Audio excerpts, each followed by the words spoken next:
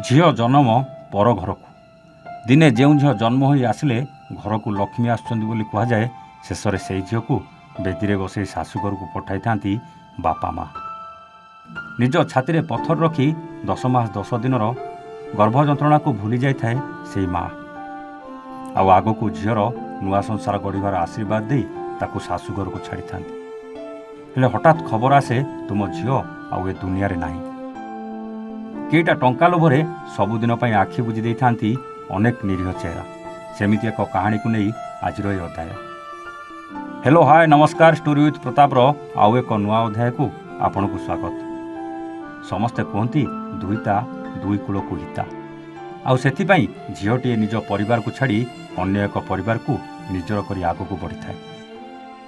ଝିଅ ଜନ୍ମ ପର ଘରକୁ ବୋଲି ଥିବା ଏହି ଉକ୍ତିକୁ ନେଇ ସତରେ ସବୁ ଝିଅ ଦିନେ ନା ଦିନେ ଚାଲି ଯାଇଥାନ୍ତି ପର ଘରକୁ, ମାନେ ଶାଶୁ ଘରକୁ।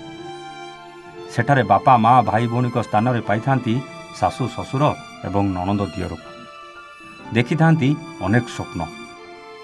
ହେଲେ ଯଦି ନିଜ ଘର ଛାଡ଼ି ଆସିଥିବା ଝିଅଟି ଶାଶୁ ଘରେ ନିର୍ଯାତନାର ଶିକାର ହୋଇ ଶେଷରେ ଜୁଇରେ ଜଳିବ, ତେବେ ଝିଅ ଜନ୍ମ କରିବାକୁ କାହିଁକି ନ ଡରିବେ ସେ ଜନ୍ମ କଲା ବାପା ମା। ଦୁନିଆ ଯେତିକି ଯେତିକି ଆଧୁନିକତାର ରାସ୍ତାରେ ଗତି କରୁଛି, ସେତିକି ନିର୍ଯାତନାଜନିତ ଘଟଣା ମୁଣ୍ଡ ଟେକି ଛିଡ଼ା ହେଉଛି। ଧାର ଉଦ୍ଧାର କରି ଝିଅ ବାହା କରୁଥିବା ବାପାଟିଏ ମର୍ମାହତ ହୋଇପଡ଼େ ଯେତେବେଳେ ଝିଅର ମୃତ୍ୟୁ ଖବର ତାଙ୍କ ପାଖରେ ଆସି ପହଞ୍ଚିଥାଏ। ଏଭଳି ଘଟଣା ଘଟିଛି ଢେଙ୍କାନାଳ ଟାଉନ ଥାନା ଅନ୍ତର୍ଗତ ଗାନ୍ଧୀ ମନ୍ଦିର ରୋଡ ଅଞ୍ଚଳରେ। ନବବିବାହିତା ମହିଳାଙ୍କ ସନ୍ଦେହଜନକ ମୃତ୍ୟୁ। ହତ୍ୟା ଅଭିଯୋଗ ଆଣିଲେ ପରିବାର ଲୋକେ। ମୃତ୍ୟୁ ପଛରେ ନବବଧୂଙ୍କ ଶାଶୁ ଶ୍ୱଶୁର ସ୍ୱାମୀଙ୍କ ସହ ଯାଆ ଓ ଦିଅରଙ୍କ ସମ୍ପୃକ୍ତି ଅଭିଯୋଗ କରିଛନ୍ତି ମୃତ ନବବଧୂଙ୍କ ପରିବାର ଲୋକେ। ହଁ ଆଜ୍ଞା, ଗତକାଲି ବାପା ସରୋଜ ତାଙ୍କ ଝିଅ ମୌସୁମୀଙ୍କ ସହିତ ଅପରାହ୍ନରେ ଫୋନ୍ରେ କଥା ହେଉଥିବା ବେଳେ ସନ୍ଧ୍ୟାରେ ହଠାତ୍ ତାଙ୍କର ସନ୍ଦେହଜନକ ମୃତ୍ୟୁ ହୋଇଥିବା ନେଇ ଖବର ପାଇଥିଲେ, ଯାହାକୁ ଶୁଣି ତୁରନ୍ତ ଆସି ମେଡିକାଲରେ ପହଞ୍ଚିଥିଲେ।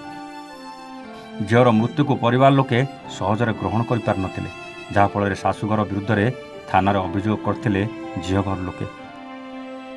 ଢେଙ୍କାନାଳ ସଦର ଥାନା ଅନ୍ତର୍ଗତ ସିମିନଇ ଗ୍ରାମର ସରୋଜ ସିଂଙ୍କ ଝିଅ ମୌସୁମୀ ମଧୁସ୍ମିତା 7 ମାସ ତଳେ ବିବାହ କରିଥିଲେ ଢେଙ୍କାନାଳ ସହରର ଗାନ୍ଧୀ ମନ୍ଦିର ରୋଡ ଅଞ୍ଚଳର ଶରତ ମହାପାତ୍ରଙ୍କୁ। 2024 ମାର୍ଚ୍ଚ ମାସରେ ବୈଦିକ ରୀତିରେ ବିବାହ କରିଥିଲେ।